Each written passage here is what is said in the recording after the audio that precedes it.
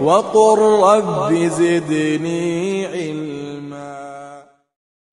Voilà, on a vu, on a commencé d'Ibrahim, on est descendu, on a vu comment Ismaïl s'est installé à la Kaaba, comment elle a grandi, comment elle a appris l'arabe. Ensuite, lui et ses enfants, c'est comme ça qu'ils sont devenus des Arabes.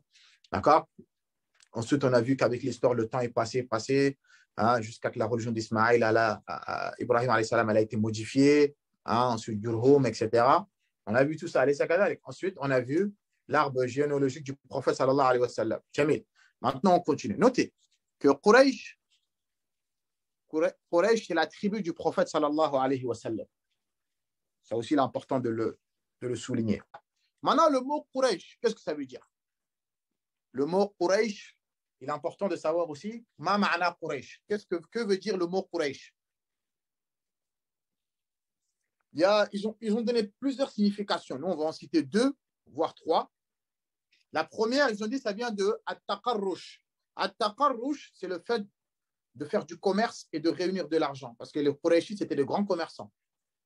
Ça vient du mot at-taqarrush. At-taqarrush, c'est-à-dire le fait de réunir la subsistance, réunir de l'argent.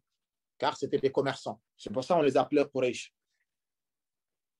Car eux, à leur époque, ils ne connaissaient pas, il y avait pas de, c'était pas des cultivateurs, hein, ni des bouchers, c'était des commerçants. Ils étaient concentrés sur ça, donc on les a appelés Quraysh. Il y en a d'autres, ils ont dit, ça vient du mot taqarrush aussi, qui veut dire réunir, parce qu'ils étaient divisés. Ils étaient séparés. Ensuite, on va voir, il y en a un parmi les grands pères du prophète qui les a tous réunis. Donc, ils étaient séparés. On va voir, il y a Fihr, l'oncle du prophète, quand il dit Ghalib, hein, Ibn Ghalib, Ibn Fihr. Fihr, ben, c'est lui, sa descendance à Fihr, c'est lui qui a réuni toute la tribu de Quraysh. Ils étaient séparés, c'est lui qui les a tous réunis. D'accord? Comment on va voir ça? Donc, ça vient du mot réunir. Ils étaient divisés, ils ont tous été réunis, on les a appelés Quraysh. Hein? Voilà, Quraysh, je vais vous le dire après. Quraysh, ça a débuté à partir de Fihr. D'accord? Je vais vous le dire après. Ça, c'est la deuxième signification que certains ils ont donnée. Maintenant, ils ont donné une troisième signification.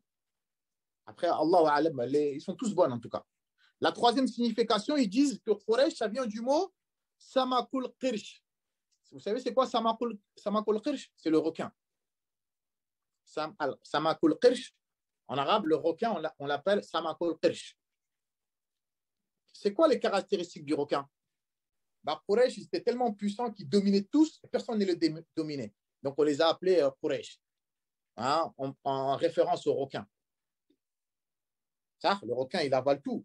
Vous avez déjà vu un prédateur qui avale le requin? Non, c'est lui qui avale tout. Quraysh, ils l'ont appelé comme ça parce qu'eux, ils terrassaient tous les autres. Ils étaient puissants, forts, hein, que c'est eux qui gagnaient toujours. Quand ils faisaient des batailles, ils gagnaient toujours, personne ne les battait. Donc, ils ont fait référence au requin qui, lui aussi, terrasse tout sur son terrain. Vous avez noté cela?